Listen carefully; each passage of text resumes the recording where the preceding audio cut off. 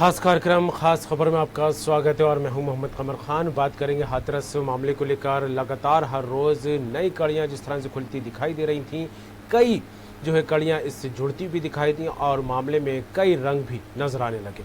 सियासत का रंग भी सबसे ज़्यादा तेज चढ़ता दिखाई दिया, तो वहीं प्रशासनिक कार्यप्रणाली को लेकर भी कई तरह के सवाल उठते रहे और इस पूरे मामले को लेकर जिस तरह से योगी आदित्यनाथ सरकार को कटघरे में खड़ा किया जा रहा था, सीबीआई जांच की बार बार मांग उठ रही थी और इसको लेकर योगी आदित्यनाथ मुख्यमंत्री ने भी सिफारिश की थी और इस सिफारिश के बाद जो आज बात की जाए सीबीआई को लेकर, तो मामला दर्ज कर लिया। अब इस पूरे मामले को लेकर सीबीआई जांच करेगी। हालांकि एसआईटी का गठन भी किया गया था इस मामले को लेकर और जिस तरह से हर रोज इस मामले को लेकर देखा जाए तो कई परतें खुलती दिखाई दी और पीड़ित परिवार से मुलाकातों का दौर भी लगातार जारी है। क्या कुछ रंग नजर आ रहा है, क्या कुछ तस्वीरें निकलकर सामने आ रही हैं और सीबीआई अब इस मामले को लेकर एक्शन में आ गई है। मामला दर्ज हो गया है, सीबीआई इस पूरे मामले की जांच करेगी। इसको लेकर क्या कुछ बन रहा है माहौल, इसी पर करेंगे बात खास खबर में।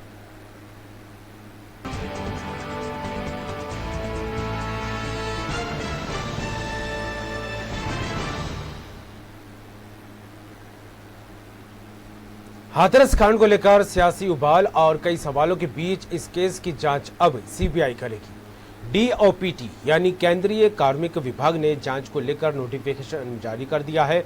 रविवार को सीबीआई की गाजियाबाद ब्रांच ने अपने यहां हाथरस की घटना के संबंध में मामला दर्ज कर लिया है। सीबीआई ने चारों आरोपियों के खिलाफ हत्या और गैंगरेप की धाराओं में मुकदमा दर्ज किया है। लखनऊ स्थित जोनल कार्यालय की निगरानी में गाजियाबाद शाखा मामले की जांच करेगी। धारा 302, 307, 376 डी में रात 12:30 बजे एससी एक्ट के तहत मुकदमा दर्ज किया गया है। विपक्ष के हमलों के बीच डीजीपी हितेश चंद्र अवस्थी और अपर मुख्य सचिव गृह अवनीश कुमार अवस्थी पीड़िता के परिवार से मिले थे। 9 अफसरों की रिपोर्ट के आधार पर सीएम ने सीबीआई जांच करवाने की सिफारिश भेजने के निर्देश भी दिए थे। आपको बता दें, योगी सरकार ने इस कांड की जांच के लिए एसआईटी का गठन किया। इसके अलावा सीबीआई जांच की भी सिफारिश की थी। अब आरोपियों का दावा है कि लड़की को उसी के भाई और मां ने मारा पीटा था और बाद में उसकी मौत हो गई है। दूसरी ओर पीड़ित परिवार ने इसे आरोपियों का हथकंडा और मनगढ़ंत कहानी करार दिया है।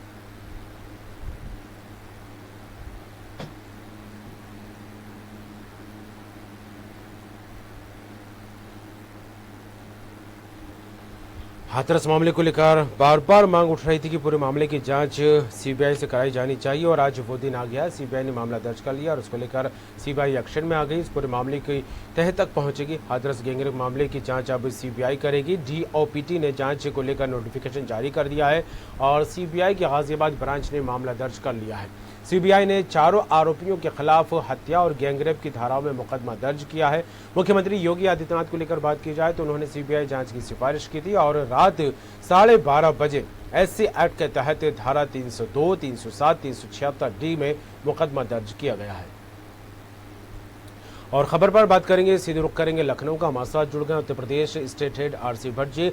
भट्ट साहब, हाथरस मामले को लेकर देखा जाए तो कई रंग इस मामले में चढ़ते दिखाई दिए और कई कड़ियां जुड़ती भी दिखाई दी तो कई कड़ियां खुलती भी दिखाई दी और ऐसे में जिस तरह से सीबीआई की मांग बार बार उठ रही थी कि इस पूरे मामले की जांच सीबीआई करे और खुद सीएम ने इसको लेकर सिफारिश भी की थी और अब इस मामले की जांच सीबीआई के पास आ गई है। सीबीआई इसको लेकर जांच करेगी, मामला दर्ज कर लिया गया है। किस तरह देखें?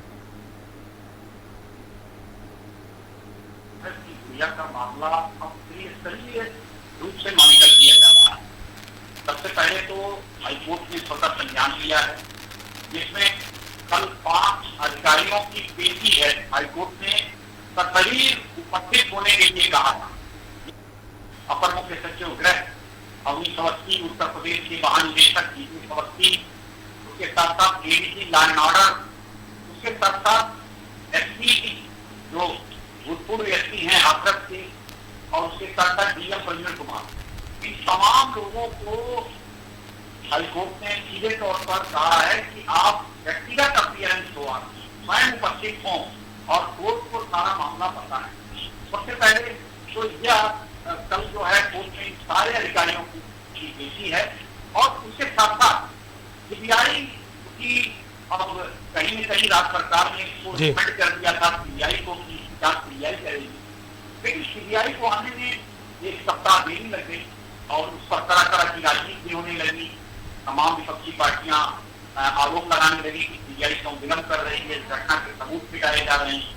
तो उसको लेकर अब सीबीआई ने तेजी पकड़ी है और जिस तरह से सीबीआई की गाजियाबाद ब्रांच में सुसंगत धाराओं में यानी कि 302 और 307 और 376 डी यानी हत्या और गैंगरेप की कोशिश में उन्होंने मुकदमा दर्ज कर दी और जांच शुरू कर दी। और सीमा पाहुजा जो डीवाईएसपी है सीबीआई की, वह इसकी जांच करेगी।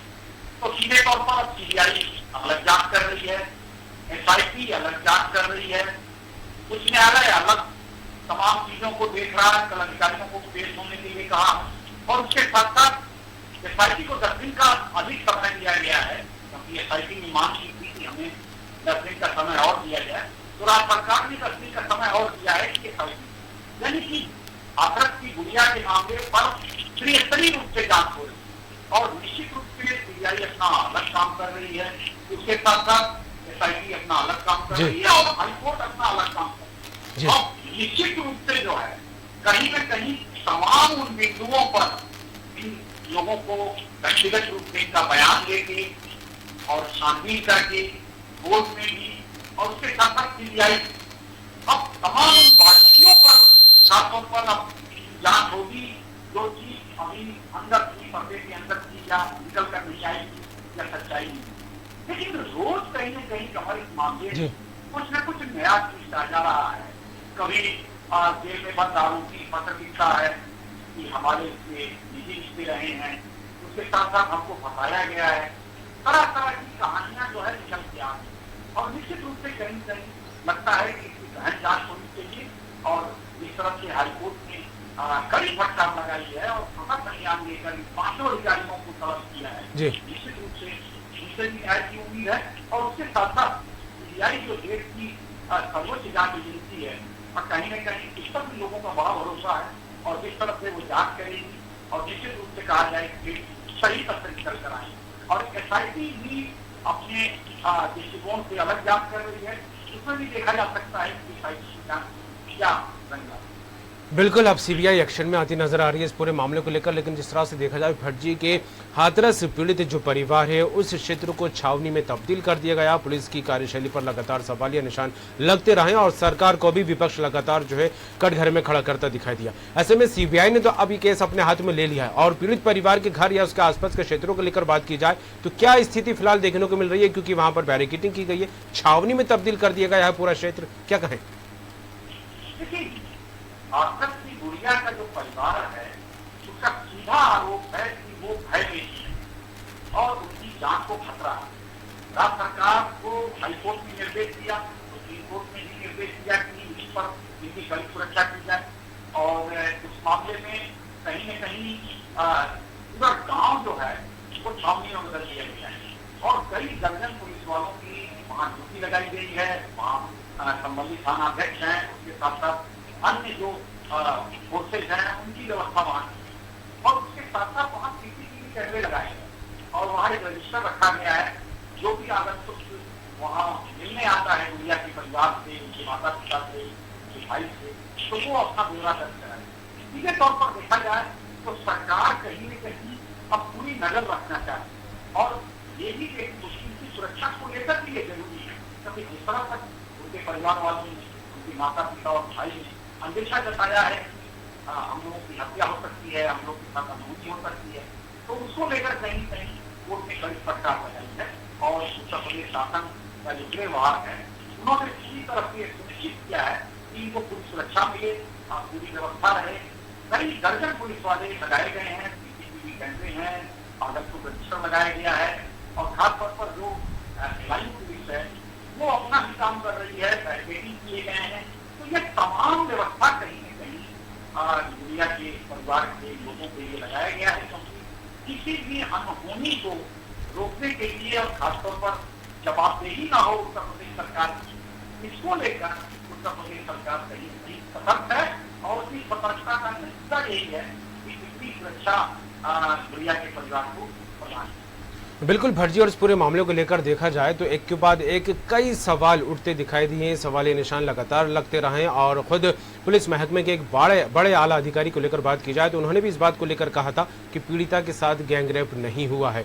और उसके बाद इस मामले को कुछ अलग अंदाज में लिया गया, सियासतदारों ने इसको जमकर मुद्दा बनाने की कोशिश की। लेकिन वहीं आरोपी पक्ष के वकील ने जिस तरह से सनसनीखेज दावा किया कि आरोपियों को पीड़ित के परिवार ने झूठा फंसाया है, जबकि मामला ऑनर किलिंग का है। उन्होंने दावा किया है कि पीड़ित को उसके भाई ने ही प्रेम संबंध की जानकारी होने के बाद मार दिया है। हालांकि जो आरोपी है वो पीड़ित परिवार को ही दोषी करार देता नजर आ रहा है। तो इस तरह की कड़ियां भी, इस तरह की तस्वीरें, इस तरह का अध्याय भी खुलता दिखाई दे रहा है। क्या कहें?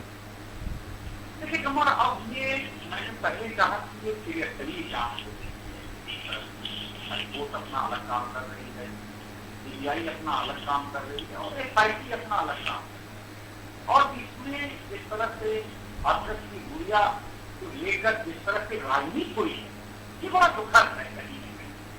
खासतौर पर अगर हम शपथ की बात करें तो जिस तरह से उन्होंने खासतौर पर आधी रात के बाद लाश को जला दिया, उसके साथ साथ तमाम वो सबूत जो छुपाने की कोशिश की है। शुरुआती दौर में जो इन्वेस्टिगेशन होनी चाहिए उत्तर प्रदेश पुलिस की, वो नहीं हो पाई।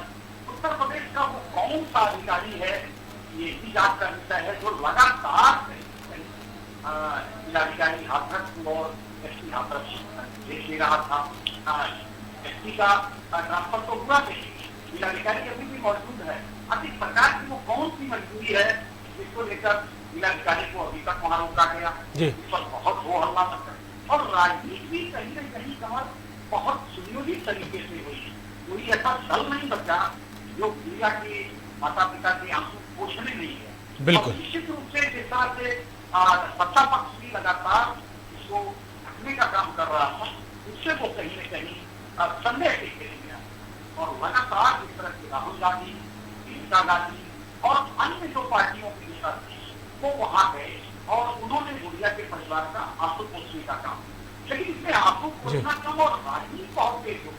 देखिए घटनाएं चाहे प्रदेश की बात हो कमर या देश की तमाम अन्य राज्यों में भी होती है, उत्तर प्रदेश में भी घटनाएं होती हैं और इन घटनाओं पर सरकार पुलिस कार्रवाई करे या इन घटनाओं को रोका जाए, पहले से रोका जा सकता है। इन घटनाओं को किस तरह रोके इसकी शक्ति बनती नजर नहीं आती। लेकिन जब कोई घटना हो जाती है और वो पूरी दुनिया में उसका जो है प्रचार प्रसार हो जाता है तो उसको सरकार कहीं न टूटने और खींचने का काम करती है और उसके साथ साथ उस पर जो विपक्ष है वो भी राजनीति करने का काम करता है, न कि सरकार को ये सलाह देने का कि इस तरह की घटनाएं ना हो और मजबूती से जो है इस तरह से जो यौन हिंसा के अपराध है उनको रोका जाए। लेकिन जाहिर सी बात है हाथरस की गुड़िया के साथ जो घटना हुई वो बहुत ही जगह और दर्दनाक है और निश्चित रूप से जो है इसमें अब जिस तरह की जांच हो रही है जिसमें निश्चित रूप से कहा जाए कि ये दोषी जो है वो बच नहीं पाए।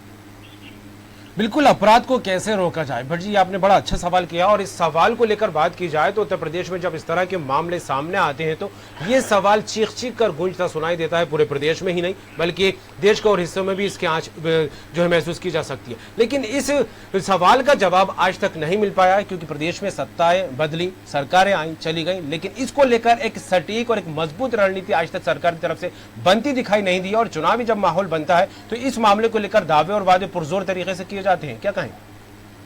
निश्चित रूप से अगर कोई घटना होती है, एक तो सबसे बड़ी बात यह है कि कमर ये सरकार का पूरी तरह से फेलियर है। सरकार की एलानी क्या कर रही थी, मैंने पहले भी आपसे बातचीत के दौरान बहुत सारे सुझाव मैंने बताए थे कि सरकार अगर तहसील स्तर पर, ग्राम स्तर पर और स्थानीय स्तर पर उन व्यक्तियों को चिन्हित करे, खासतौर पर जो नशेले किस्म के हैं, जो नशे के शिकार हैं और इस तरह की यौन हिंसा के अपराधों को बढ़ावा देते हैं और करने के लिए उद्यत होते हैं, उसके साथ साथ कहीं न कहीं जो हमारी पाठ्यक्रम है उसमें शुरुआती से लेकर कक्षा 1 से लेकर और इंटर तक ये बच्चों को पढ़ाया जाए पानी तक की यौन हिंसा एक बड़ा अपराध है और इससे दूर रहना है और निश्चित रूप से महिलाओं का सम्मान करना है कि ये तमाम चीजें अगर उत्तर प्रदेश सरकार इन साढ़े 3 सालों में करनी होती तो निश्चित रूप से काफी इस